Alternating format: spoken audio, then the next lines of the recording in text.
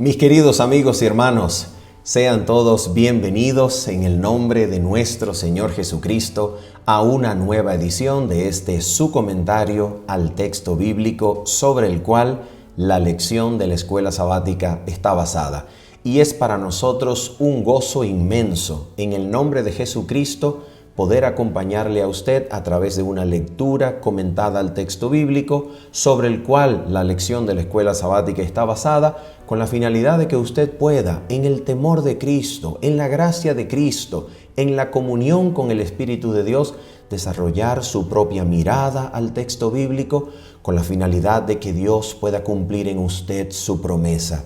Aquella que nos informaba que Dios sería conocido desde el más grande hasta el más pequeño de ellos, promesa del pacto eterno. Dios le puede mostrar a usted individualmente su propia voluntad, su propio conocimiento. Gloria a Dios por eso. Así que si usted es un estudiante de la escuela sabática, si usted es un maestro de la escuela sabática, bienvenido a este programa. Si usted está viendo este video grabado, sencillamente queremos decirle, si es la primera vez que lo hace, que este comentario al texto tiene un complemento totalmente en vivo que realizamos cada día de sábado a las 7:30 de la mañana, hora de Venezuela, y en esta oportunidad, en esta ocasión, hora del este de los Estados Unidos durante esta temporada. Así que bienvenidos nuevamente. Antes de comentar nuestro texto, vamos a orar en el nombre de nuestro Señor Jesús para así comenzar a comentar nuestro texto bíblico para esta oportunidad. Vamos a orar. Nuestro Padre bendito y santo, en el nombre suficiente, nombre bueno, nombre maravilloso de Cristo, Señor, nosotros pedimos por favor que nuestro orgullo, nuestra vanidad, nuestros preconceptos, nuestras opiniones o intenciones distintas, Señor, de aprender humildemente en tu escuela, sean depuestas, Padre, sean puestas a un lado y tu Espíritu tome nuestra debilidad y a pesar de ella, Padre, eleve nuestra mirada para contemplar a Cristo lleno de gloria, Señor, para contemplarlo en la belleza de su santidad. Y al contemplarle, Padre, seamos transformados de gloria en gloria en esa misma imagen. Perdona nuestros pecados y faltas, Señor. Purifícanos. Queremos conocer tu voluntad. En el nombre precioso de Cristo. Amén y amén. Muy bien, mis amigos. Estudiamos y comentamos entonces la lección número 5 de este trimestre que versa sobre los 3 mensajes angélicos de Apocalipsis, capítulo número 14, y en esta ocasión comentamos la lección número 5 titulada Las buenas noticias sobre el juicio. Las buenas noticias del juicio. ¿Cómo es que el juicio puede ser buenas noticias? ¿Cómo podemos nosotros descubrir en el texto bíblico la belleza del plan de la salvación para así descubrir en este contexto la gran noticia, la maravillosa noticia de que Dios ha nombrado a Cristo por juez de vivos y muertos? Y esto es un gozo para nosotros. Vamos a mirar entonces el texto bíblico en primer lugar y comenzamos a leer Apocalipsis capítulo número 14, versículo número 7. Porque la lección de esta semana va a tratar solamente sobre este texto que vamos a resaltar a continuación. Nos dice así: la hora de su juicio ha llegado. Así que vamos a analizar el texto bíblico. Recordemos que este texto se encuentra dentro del contexto del mensaje del primer ángel. Es el primer ángel el que está hablando, es el primer ángel al que se le escucha proclamar el evangelio eterno y su contenido, este evangelio que reposa en su mano mientras circunda los cielos. Y entonces dice este ángel, recuerden, que cuando este ángel habla, lo que está hablando es el contenido del evangelio eterno. El evangelio eterno entonces se nos dice, se nos declara claramente en las palabras del primer ángel. Cuando el ángel habla, el Evangelio eterno y su contenido es lo que está siendo proclamado. Así que cualquier pregunta acerca de qué cosa es el Evangelio eterno, está sumamente claro que cuando el primer ángel habla, él nos va a decir el contenido de ese Evangelio. Así que él habla y dice, temed a Dios y dadle gloria. Y aquí nos vamos a centrar durante nuestro estudio en esta ocasión. Porque la hora de su juicio ha llegado. En este contexto en el cual la hora de su juicio ha llegado, ¿qué es lo que el Evangelio eterno nos invita, nos llama a experimentar? Temor de Dios y verdadera y genuina adoración al Creador de todas las cosas, que es bendito por los siglos de los siglos. Entonces en primer lugar, vamos a tratar nosotros de mirar cómo las noticias, cómo la predicación, el anuncio de la venida del juicio formaba parte integral e inseparable de la predicación del Evangelio, tal como es registrada en el Nuevo Testamento por parte de los apóstoles. Entonces, para tener esto bien claro, nosotros vamos a seleccionar dos ocasiones que no son selecciones arbitrarias, tampoco son selecciones casuales, son selecciones que nos muestran la primera vez que el Evangelio se predica delante de dos audiencias distintas. Estas dos audiencias tienen algo en común. Era la primera vez que ellas iban a oír el Evangelio anunciado por los apóstoles. ¿Cuáles son esta audiencia? Número 1, Hechos de los Apóstoles, capítulo número 10, es la audiencia de Cornelio y su familia, que han llamado al apóstol Pedro. Recordemos que Cornelio y su familia son familia gentil, se encontraban como temerosos de Dios, acercándose a el conocimiento de la ley dada a Moisés, se encontraban probablemente en la práctica ya de algunos de sus ritos, se encontraban en ese proceso de acercamiento a la fe de Israel, que era conocido entonces como un prosélito. Cornelio y su familia estaban siendo prosélitos, eran temerosos de Dios, sin embargo era una audiencia gentil. Pedro entonces va a hablar por primera vez el Evangelio a una audiencia gentil en la historia de la salvación desde la manifestación y revelación de Jesucristo en Hechos de los Apóstoles, capítulo número 10. Y la segunda audiencia que nosotros vamos a mirar, cómo el Evangelio les es predicado, es la audiencia de los atenienses que estaban reunidos en el Areópago de Atenas para oír la palabra de Dios por medio del apóstol Pablo, que por primera vez va a predicar delante de una audiencia de filósofos, de conocedores de muchas cosas, pero ambas audiencias por primera vez van a oír el Evangelio siendo anunciado para ellos por los apóstoles de Cristo, por los enviados de Cristo. Y ahora mira cómo el juicio es parte integral, inseparable de este bendito anuncio que llamamos Evangelio eterno. Mira lo que nos va a decir entonces Hechos de los Apóstoles, capítulo número 10, versículo 36 en adelante. Comienza el apóstol Pedro a hablar y dice lo siguiente: Dios envió mensaje a los hijos de Israel, anunciando el Evangelio de la paz por medio de Jesucristo. Este es Señor de todos. Vosotros sabéis lo que se divulgó por toda Judea, comenzando desde Galilea, después del bautismo que predicó Juan. Cómo Dios ungió con el Espíritu Santo y con poder a Jesús de Nazaret, y cómo éste anduvo haciendo bienes y sanando a todos los oprimidos por el diablo, porque Dios estaba con él. Y nosotros somos testigos de todas las cosas que Jesús hizo en la tierra de Judea y en Jerusalén, a quien mataron colgándole en un madero. A éste levantó Dios al tercer día e hizo que se manifestase, no a todo el pueblo, sino a los testigos que Dios había ordenado de antemano, a nosotros que comimos y bebimos con Él después que resucitó de los muertos. Y nos mandó que predicásemos al pueblo y testificásemos que Él es el que Dios ha puesto por juez de vivos y muertos.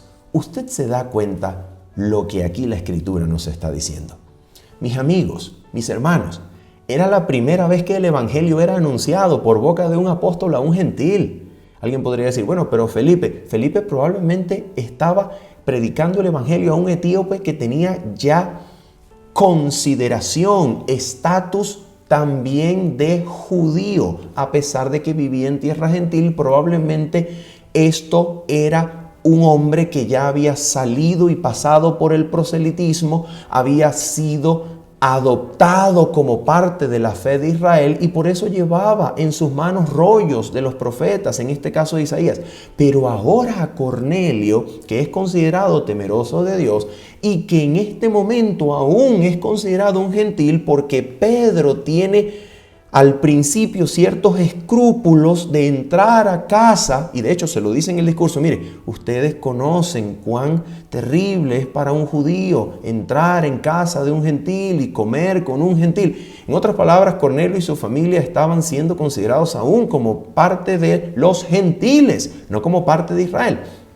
Así que aquí, por primera vez, el Evangelio está siendo anunciado por boca de un apóstol de Cristo a una audiencia gentil, y en este anuncio el juicio aparece.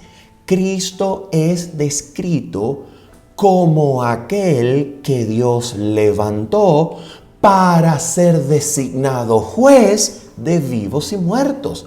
Maravilloso. Ahora vamos a mirar de nuevo Hechos de los Apóstoles en esta oportunidad. Capítulo número 17, versículo 22 en adelante. Mira el anuncio de Pablo delante de los filósofos, delante de los conocedores de los atenienses. Dice así: entonces Pablo, puesto en pie en medio del Areópago, dijo: varones atenienses, en todo observo que sois muy religiosos. Porque pasando y mirando vuestros santuarios, hallé también un altar en el cual estaba esta inscripción: al Dios no conocido. Al que vosotros adoráis, pues, sin conocerle, es a quien yo os anuncio.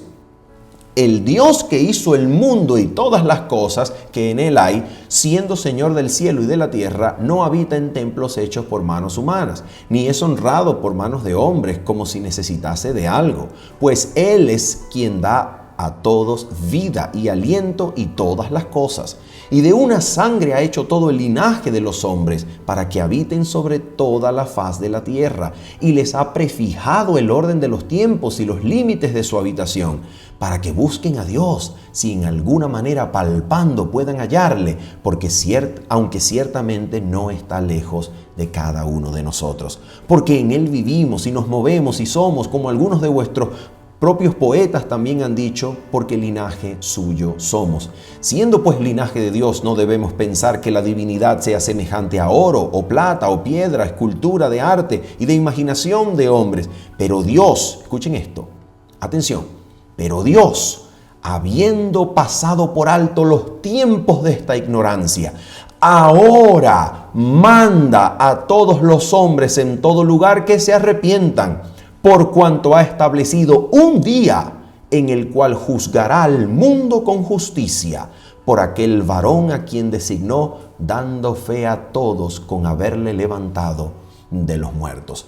Así que noten de nuevo cómo delante de una audiencia gentil, Cristo es mostrado, exaltado como aquel que Dios designó, levantó y sentó a la diestra de su trono para juzgar al mundo, venida la hora en la cual este juicio llegue a suceder.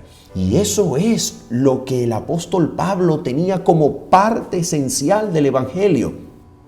Mis amigos, mis amados hermanos, cuando usted lee Romanos capítulo número 1 y 2, es impresionante la orientación que el apóstol Pablo tiene de la manifestación de la justicia de Dios en Cristo en el contexto de la esperada, aguardada, anticipada hora del juicio, en el cual, dice el mismo apóstol Pablo, capítulo número 2, versículo 16, donde él dice que en ese día Dios juzgará por medio de Cristo los secretos de los hombres conforme a mi evangelio. Y versículos anteriores ha dicho que en ese día Dios pagará a cada uno conforme a su obra, a los que perseverando en bien hacer buscan honra, gloria e inmortalidad, mientras que a los que perseverando en su maldad Dios pagará con ira. Eso es lo que él dice en Romanos capítulo número 2, versículo 5 en adelante. Así que no cabe duda alguna. Dios anuncia el evangelio eterno, tanto en Apocalipsis, como en Romanos, como en Hechos de los Apóstoles, como en diferentes audiencias gentiles, tanto Cornelio y su casa como los atenienses reunidos en el Areópago. Dios anuncia el evangelio en el contexto de su designación de Cristo, su Hijo, como aquel designado para ser juez de vivos y muertos, llegada la hora de su juicio. Y eso es exactamente lo que nos enseña Apocalipsis capítulo 14, versículo 7.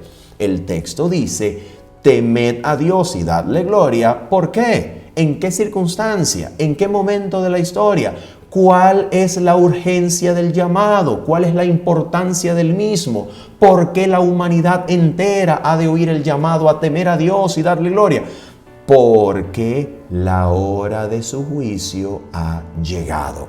Esto es evangelio eterno desde todas las edades, el manifestado en el Apocalipsis, tal como fue predicado y manifestado por los apóstoles del Señor en todo el Nuevo Testamento.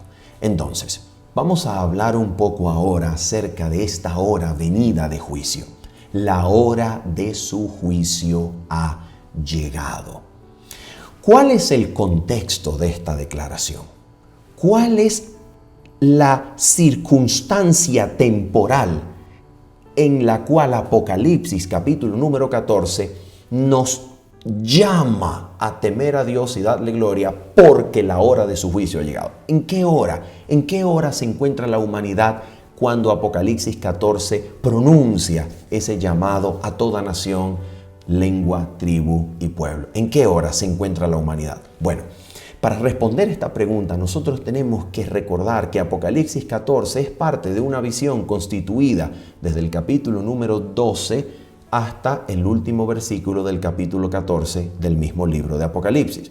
Esta visión es la visión del gran conflicto. Comienza en el capítulo 12, pasa por el capítulo 13 y desemboca y finaliza en el capítulo número 14. Ahora, la hora del juicio, no de manera casual, está ubicada en Apocalipsis 14, luego de que el capítulo 13 nos habla de poderes políticos religiosos que han perseguido a la iglesia por un periodo de 1260 años, 42 meses, tiempos y medio tiempo.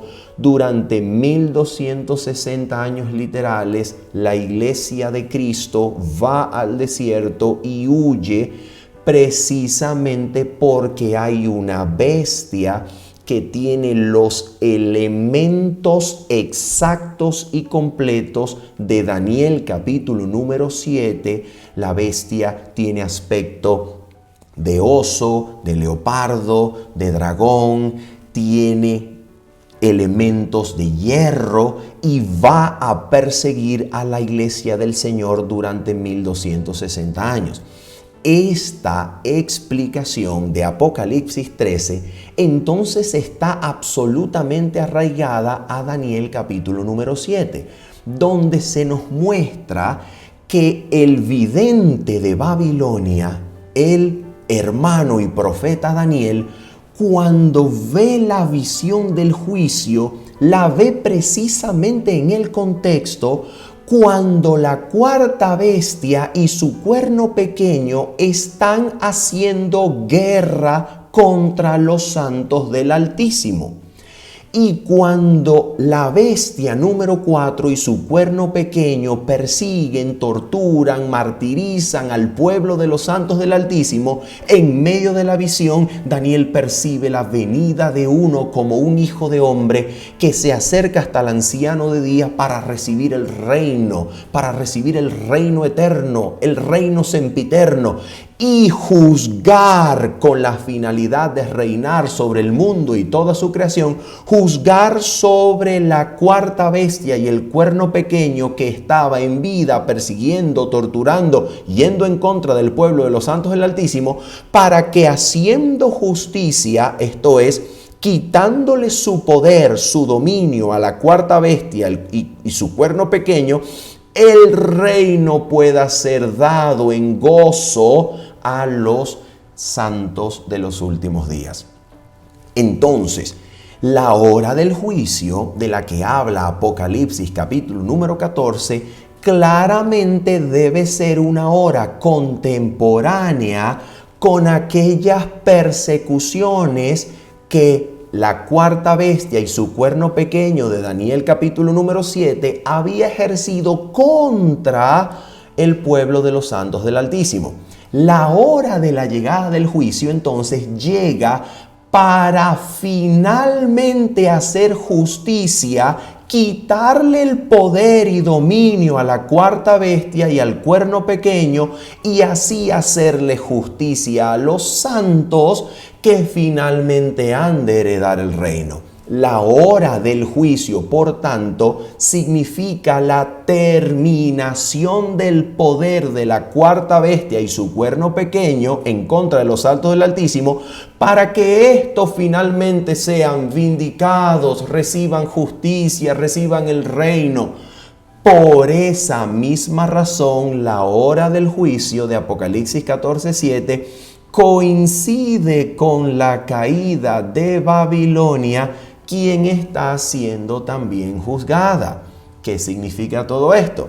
Significa que la hora del juicio, por tanto, debe ser un llamado realmente importante, valioso y pertinente para los tiempos postreros, seguidos o que siguen a las persecuciones de la bestia cuarta y su cuerno pequeño y de la bestia que sale del mar en Apocalipsis capítulo número 13.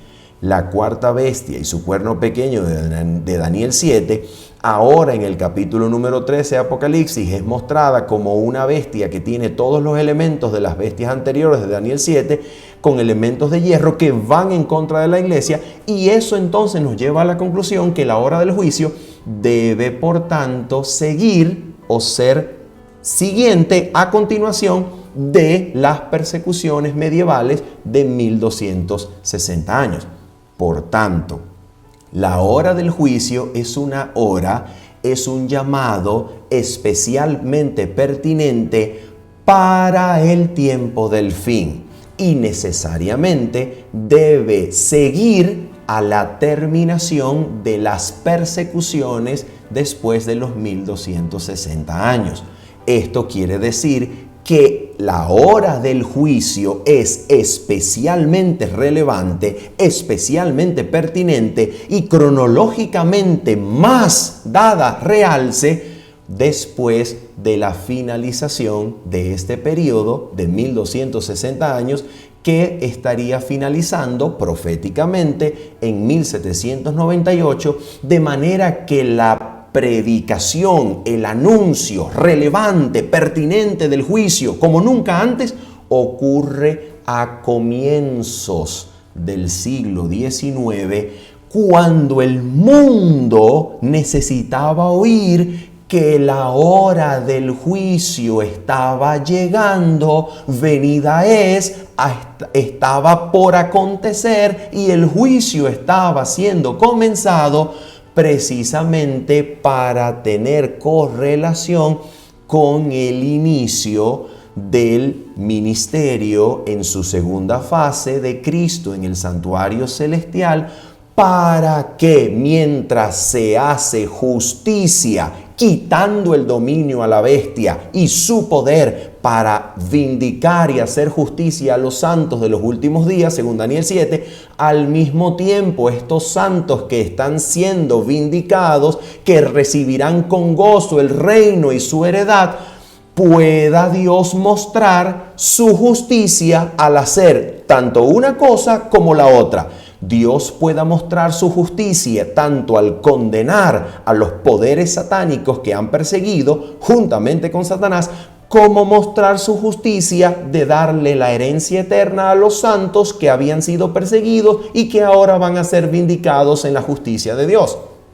Por esa razón, el juicio, que significa el cese del dominio del mal, el cese y la justicia sobre el mal para que ya no domine, para que ya no persiga, también significa la vindicación de los santos, y este proceso demanda que Dios muestre su justicia en ambos casos.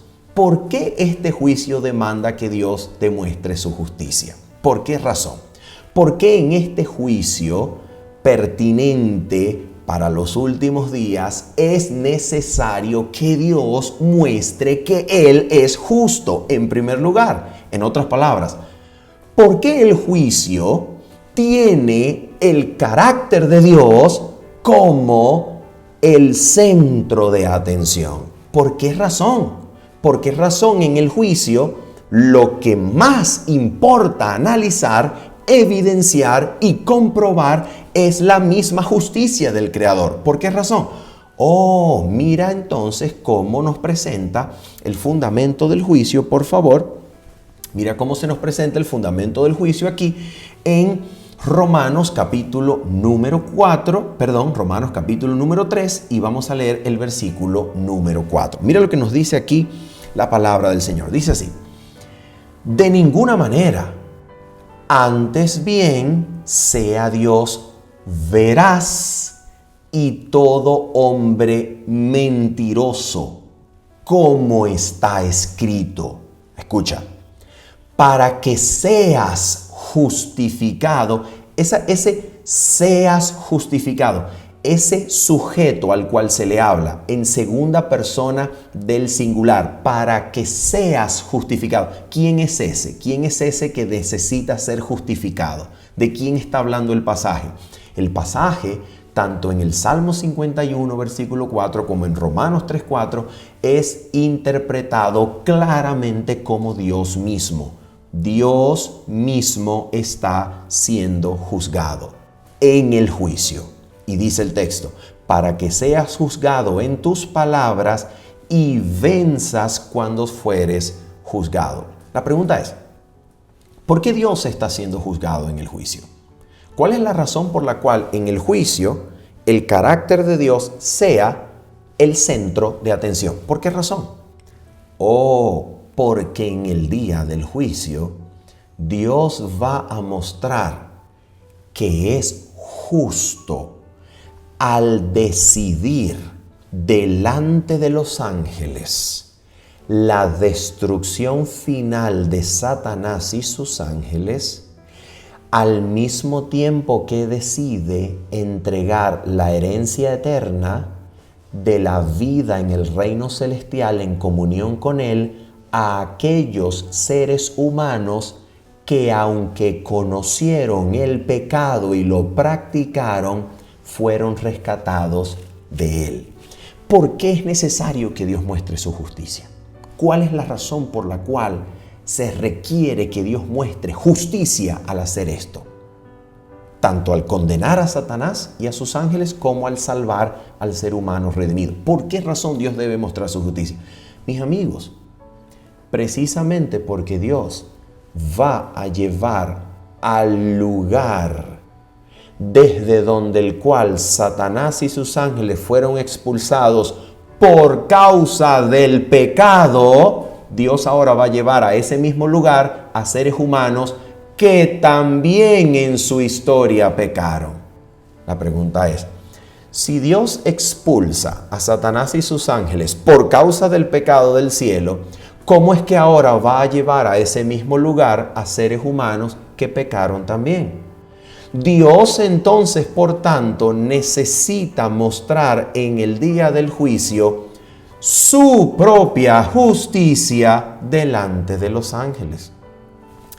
Cristo, cuando vino a la tierra, de acuerdo con Romanos capítulo número 3, versículo 21 hasta el 28, Cristo reveló, manifestó la justicia de Dios en este tiempo.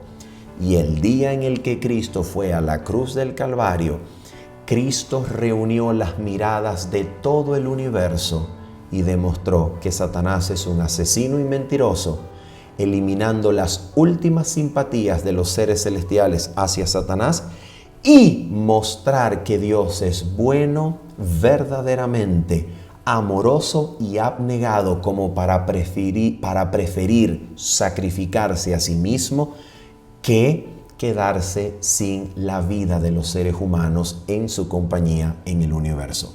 Dios entonces en la cruz, por medio de Cristo, exhibió su justicia. Pero atención, la gran controversia entre Cristo y Satanás no se terminó en la cruz, no acabó en la cruz del Calvario, aunque Satanás fue desenmascarado y Dios fue evidenciado como justo y amoroso. Hay algo aún que los ángeles necesitan observar. Hay una cuestión que es parte de la gran controversia que los ángeles aún no han visto, que los ángeles todavía no han comprobado con sus propios ojos. ¿Y qué cosa es eso? Permítanme decirles algo en relación con esto que es bien importante. Atención con esto. En 1858 se termina el primer volumen de la serie Spiritual Gifts. Esta serie, en su primer volumen, contenía un libro que Elena de White y sus colaboradores llamaron La gran controversia entre Cristo y sus ángeles y Satanás y sus ángeles. ¿Por qué razón en el primer título del conflicto de los siglos, como sería conocido este volumen o este libro más adelante, por qué razón en su primer título, como fue publicado en 1858, por qué razón en el título de la gran controversia contenía la frase Cristo y sus ángeles y Satanás y sus ángeles? ¿Por qué razón? Precisamente porque el gran conflicto de los siglos, la gran controversia entre Cristo y Satanás, es antes y anticipa la creación de los seres humanos. Desde antes que existiera hombre en la tierra, ya el rebelde enemigo de Dios se había revelado en el cielo y había dado inicio a la rebelión. Cuando la rebelión dio inicio, la razón por la cual Dios permitió que la rebelión siguiera fue precisamente porque sus ángeles leales no podrían haber visto justicia en la destrucción de Satanás y sus ángeles en ese mismo momento cuando la rebelión comenzó. Dios entonces decide darle curso, darle la oportunidad a la rebelión para que ponga en evidencia delante de los ángeles leales sus principios, para que cuando la gran controversia finalice con el exterminio de la maldad en Satanás y sus ángeles, los ángeles leales puedan estar absolutamente seguros de que Dios hizo eso con justicia. Por eso Dios decide permitir que la gran rebelión siga su curso y así mostrar, evidenciar su justicia delante de los ángeles. Ahora bien, resulta que, como dice la Escritura, en Juan capítulo número 17, versículo número 24 y 25, Cristo demanda a su Padre esta petición antes de ir a la cruz del Calvario. Mira la petición que Cristo demanda delante de su Padre. Esta es la petición del pacto eterno, concederle herencia eterna a los santos redimidos. Cristo ahora, históricamente, en la tierra, la pronuncia de esta manera delante de sus discípulos en oración, en comunión con su Padre antes de ser sacrificado en la cruz. Cristo dice: Padre, aquellos que me has dado, quiero que donde yo estoy, también ellos estén conmigo, para que vean mi gloria que me has dado, porque me has amado desde antes de la fundación del mundo. Pregunto, ¿qué es lo que Cristo le está pidiendo al Padre? Cristo le pide al Padre que le permita llevar al cielo, al lugar donde Cristo se sentará junto con su Padre, al reino celestial, a aquellos redimidos del mundo. Atención, Cristo está pidiendo a su Padre que lleve al cielo a gente que conoció por experiencia el pecado en la tierra. ¿Cómo es que el Padre va a llevar a hombres que conocieron y practicaron el pecado y la maldad al reino celestial, si es precisamente desde ese reino celestial que Satanás fue expulsado también por el pecado y maldad? ¿Cómo es entonces que Dios revela su justicia? Por esa razón, y no es casualidad, después de que Cristo hace esa petición a su Padre, encontramos la frase, escucha, es la única vez que aparece esta frase en toda la Biblia, no aparece en ningún otro versículo. En este solo y único versículo, por única vez, Jesús llama a su Padre, Padre justo.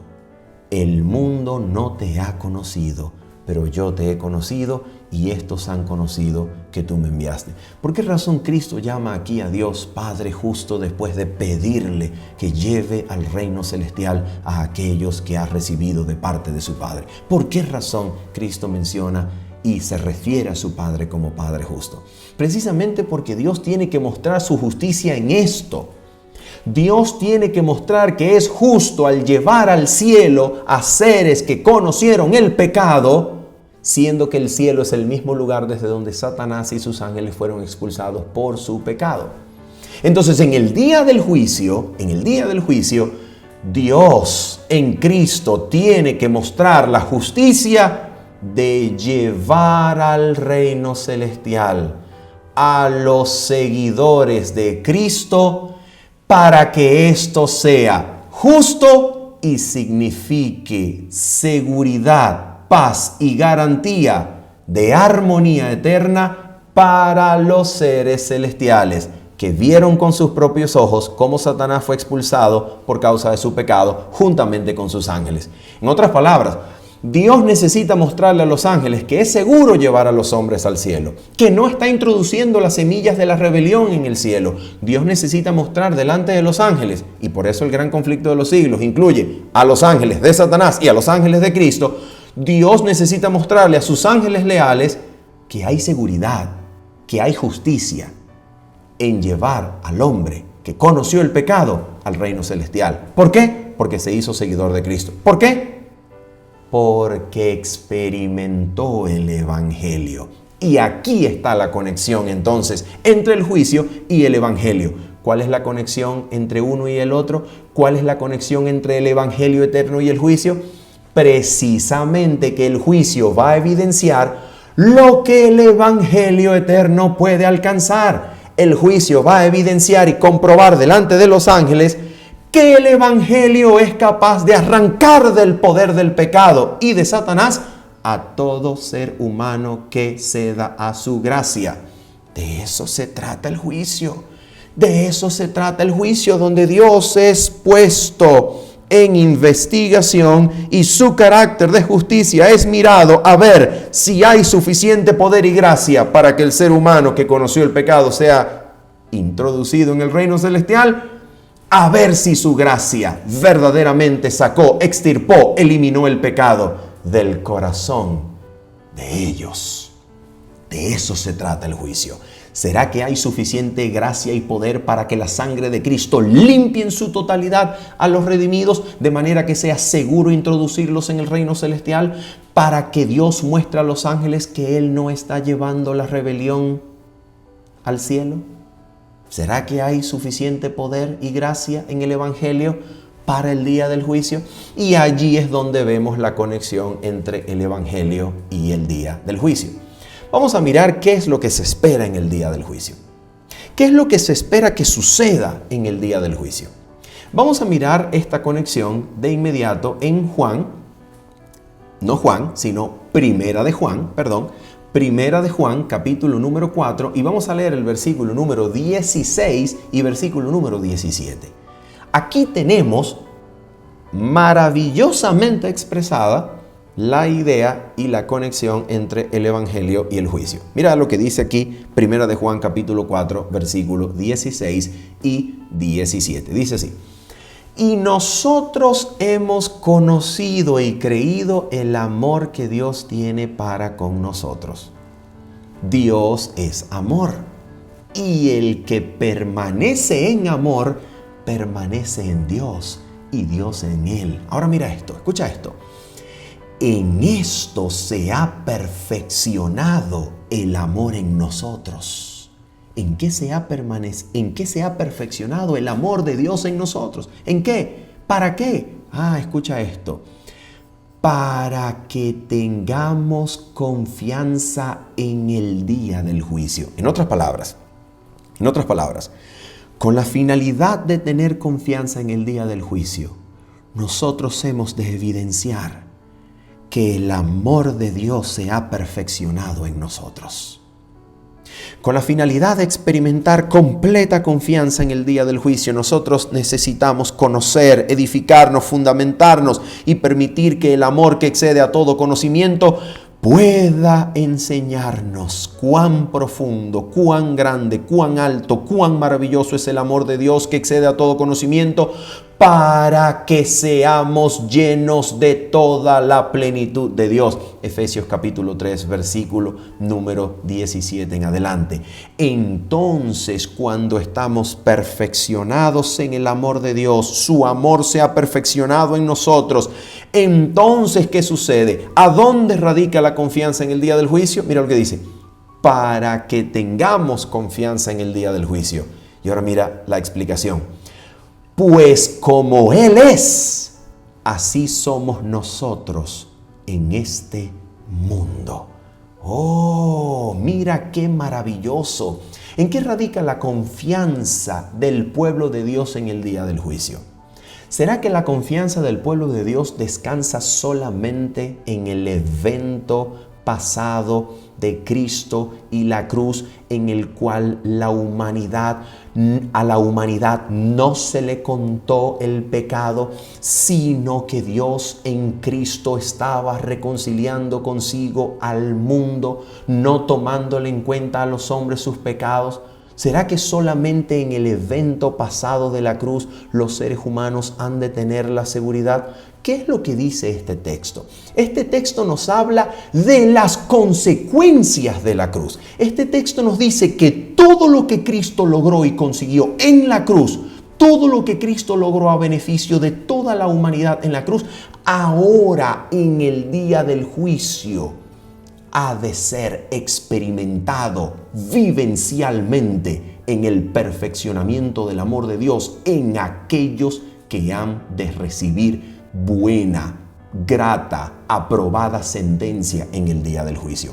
Todo lo que Cristo consiguió en la cruz ahora debe en el día del juicio comprobar que ha sido experimentado, que ha sido vivido, realizado, que todo el poder de la cruz y Cristo crucificado es parte de la vivencia, de la vida práctica de los seguidores de Cristo que afirman haber tomado los beneficios de la cruz para sí mismos.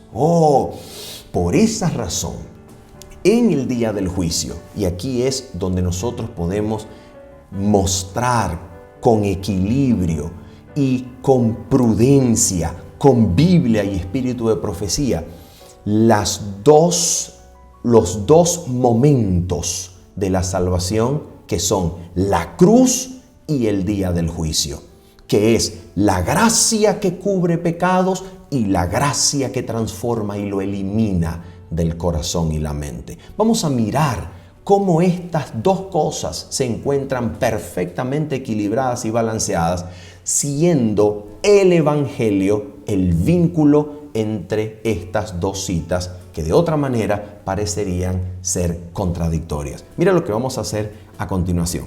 En primer lugar, nosotros vamos a leer, para ir concluyendo nuestro repaso, vamos a leer la cita que aparece en el día viernes de esta lección número 5, que viene citada del quinto tomo de Testimonios para la Iglesia, capítulo 53, donde se nos habla de la experiencia de Josué, el sumo sacerdote, y el ángel de Zacarías, capítulo número 3. En su comentario, explicación y análisis inspirado de esta escena, la mensajera del Señor dice las siguientes palabras que son relevantes y que se interpreta por ella misma como propias para el día final de la expiación, para el día cuando la expiación finalice. Mira cómo ella dice esto con sus propias palabras. Atención, vamos a mirar en qué parte profética está situada la cita. Vamos a leer en primer lugar dónde está situada la cita, y eso lo vamos a leer en el capítulo número 53 y la página 447, párrafo número 2. Escucha esto. Página 447, párrafo número 2. Mira lo que nos dice esto aquí. A ver, en relación con qué tiempo, con qué momento, con qué circunstancia histórica está y debe ser interpretada estas cosas que ella va a decir en relación con Josué y el ángel y el juicio de Dios en el cual los santos han de ser examinados en este contexto. Mira lo que ella dice aquí. Atención.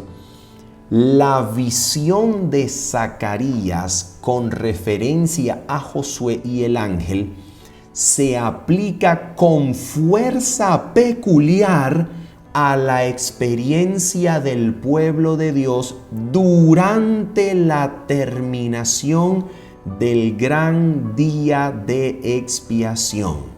Oh, ¿te das cuenta? El gran día de expiación, la terminación del gran día de la expiación. Entonces, lo que ella va a decir implica y pertenece de manera peculiar a ese contexto histórico. Ahora mira esto. Mira lo que ella nos va a decir aquí. Atención. La cita del día viernes comienza aquí. Comienza a ser citada desde aquí. Su única esperanza se cifra en la misericordia de Dios. Su única defensa será la oración. Ahora mira esto. Mira lo que ella nos dice aquí, que es citado también en el día viernes. Atención. Dice: pero aunque los seguidores de Cristo han pecado, no se han entregado al dominio del mal.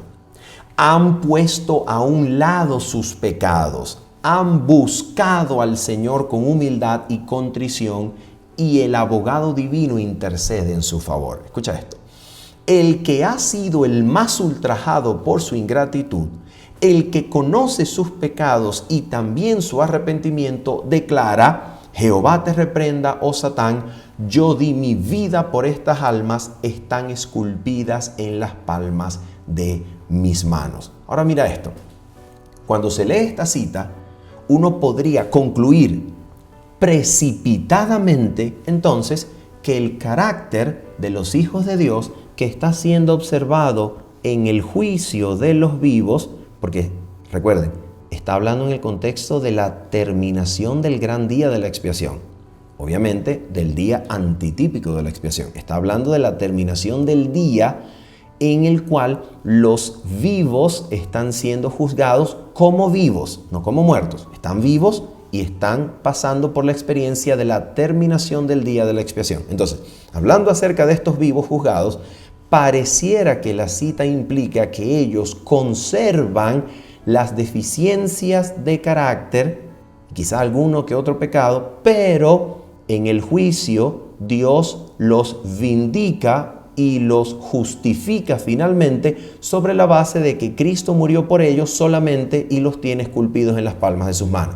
La cita podría interpretarse de esa manera, pero vamos a mirar otra cita que habla exactamente del mismo día, del día antitípico de la expiación. Y esta cita se encuentra en El Conflicto de los Siglos. Vamos allá, Conflicto de los Siglos, página 479. Vamos a comprobarlo brevemente.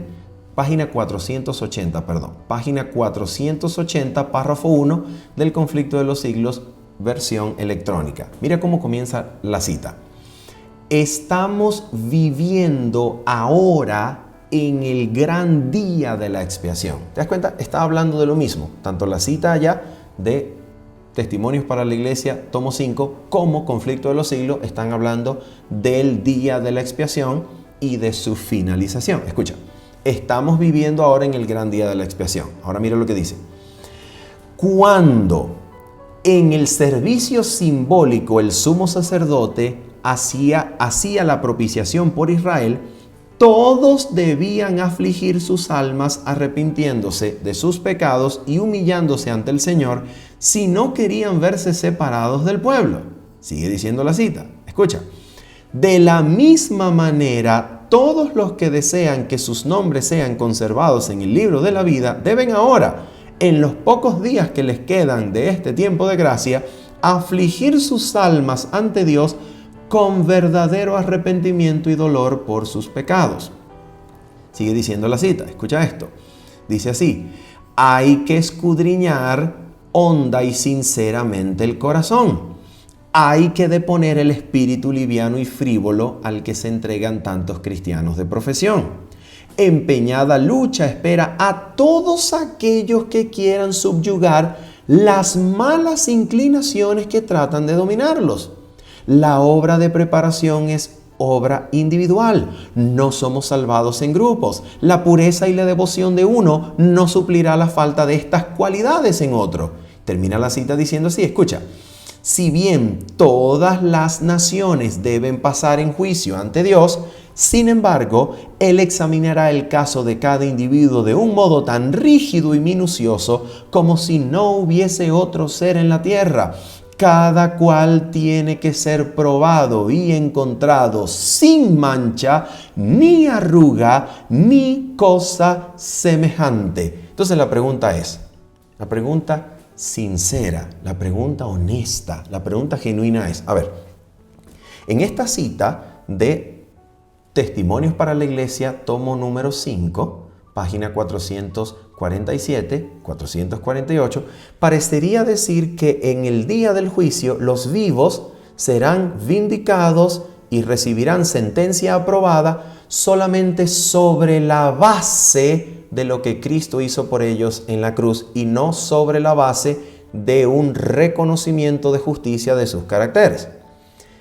Pero cuando lo comprobamos con Conflicto de los Siglos, hablando del mismo día antitípico de la expiación, la mensajera del Señor dice que cada cual deberá ser probado, examinado y hallado sin mancha, ni arruga, ni cosa semejante. Entonces, ¿cuál es la forma de armonizar estas dos cosas? La justicia que me salva, ¿es solamente lo que Cristo hizo por mí en la cruz en el día del juicio? ¿Eso es lo que me va a salvar?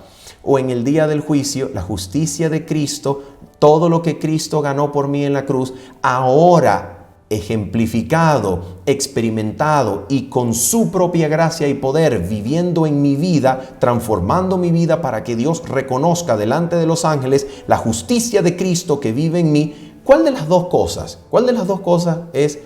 ¿Cómo armonizamos estas dos cosas? ¿Cuál de las dos cosas es lo que va a convertirse en la causa de la vindicación final de los justos delante del Señor? ¿Cuál es? ¿Cuál de las dos cosas? La manera de armonizar estas dos citas o estas dos perspectivas es y será siempre el Evangelio Santo de Cristo. Y por esa razón, nada mejor que el contexto para ayudarnos a tener una idea de qué es lo que Elena de White estaba diciendo en Testimonios para la Iglesia, tomo número 5. ¿Qué es lo que el Espíritu de Profecía estaba diciendo? Vamos al contexto.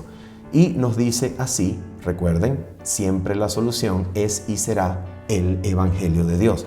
Mira lo que nos dice aquí, vamos allá, en Testimonios para la Iglesia, tomo número 5, y antes de esa cita, antes precisamente de esa cita, mira lo que nos decía en la página 447. Recuerden, la cita estaba en la página 448.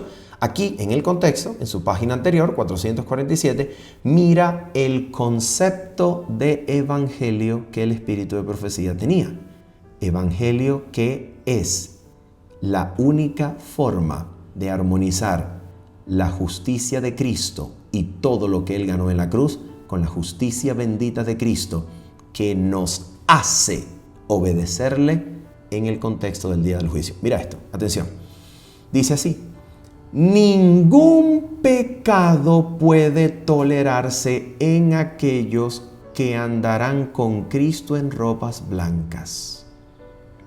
Las vestiduras sucias han de ser sacadas y ha de ponerse sobre nosotros el manto de la justicia de Cristo.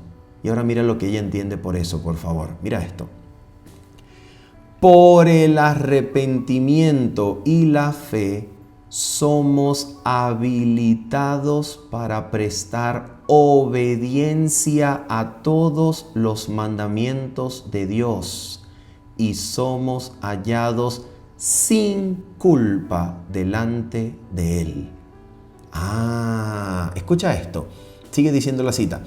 Los que recibirán la aprobación de Dios están ahora afligiendo sus almas, confesando sus pecados y suplicando fervientemente el perdón por Jesús, su abogado. Su atención está fija en Él. Su esperanza y su fe se concentran en Él. Y cuando se da la orden, quitadle esas vestimentas viles y vestidles de ropas de gala y pongan mitra limpia sobre su cabeza, están preparados para atribuirle toda la gloria de su salvación. Por esa razón es que la cita introducida en el día viernes comienza a decir para nosotros que su única esperanza se cifra en Cristo. ¿Por qué? Porque ellos, al recibir la justicia de Cristo y ser habilitados para guardar los mandamientos de Dios, afligir sus almas y mantenerse en actitud arrepentida y de constante obediencia delante del Señor, ellos no se miran a sí mismos. Porque al mirarse a sí mismos cometerían la presunción de evaluarse y pensarse listos y perfectos. No se miran a sí mismos. No ponen su mente en sí mismos, ni siquiera piensan si han alcanzado o no la perfección de carácter. No lo piensan porque se mirarían a sí mismos y no se miran a sí mismos. Miran a Cristo, su atención se centra en Él, su esperanza se cifra en Él y cuando se les declara limpios, están listos para darle toda la gloria de su salvación a Cristo que los ha justificado y salvado hasta lo sumo. Habiendo perdonado sus pecados, habiendo purificado los pecados del mundo y no tomándoles en cuenta a los hombres en la cruz, sino reconciliando al mundo consigo mismo y ahora dándoles el poder, la justicia de Cristo para que experimentalmente se manifieste en la obediencia a todos los mandamientos de Dios, purificando un carácter a la semejanza divina que pueda en el día del juicio recibir de parte de Dios la sentencia. Estos son los que guardan los mandamientos y la fe de Jesús. Y delante de los ángeles Dios pueda mostrar que su gracia es capaz no solamente de perdonar, su gracia es capaz no solamente de darle al hombre estatus de redimido, su gracia es suficiente para sacar, para extirpar del corazón y la mente el pecado, para que el hombre quede libre del dominio del pecado y de Satanás por los siglos de los siglos, mostrando que la justicia de Cristo se manifiesta en la obediencia a todos los mandamientos de Dios. Su gracia es capaz, su justicia es capaz. El plan de nuestra salvación contempla nuestra completa liberación del poder del pecado y de Satanás. el plan de la salvación contempla que el Espíritu Santo, el poderoso tercera persona de la divinidad que ha descendido no con poder modificado, sino en la plenitud del poder divino, es capaz de guardar al alma de pecar, porque nos da dominio sobre toda tendencia al mal heredada y cultivada. El carácter de Dios está en juego en este juicio y Dios mostrará que Él es justo, que Él es el que justifica y que su justicia se manifiesta en la obediencia a todos los mandamientos de Dios, para que los ángeles se sientan seguros de recibir en gloria a los hijos redimidos de entre la tierra, porque sabrán y lo habrán comprobado en el día del juicio que Dios no está introduciendo la semilla de la rebelión en el reino celestial, sino llevando a personas que el pecado ya no domina sobre ellos. El pecado fue extirpado de ellos. Ellos están dominados por el Espíritu y su justicia y para siempre glorificarán a Cristo mirando al Cordero y siguiéndolo donde quiera que va. Habiendo dicho esto y esperando que usted haya sido edificado, que usted haya crecido en la gracia de Cristo, se despide de ustedes su servidor Manuel Ospino diciéndoles bendiciones. Chao, chao.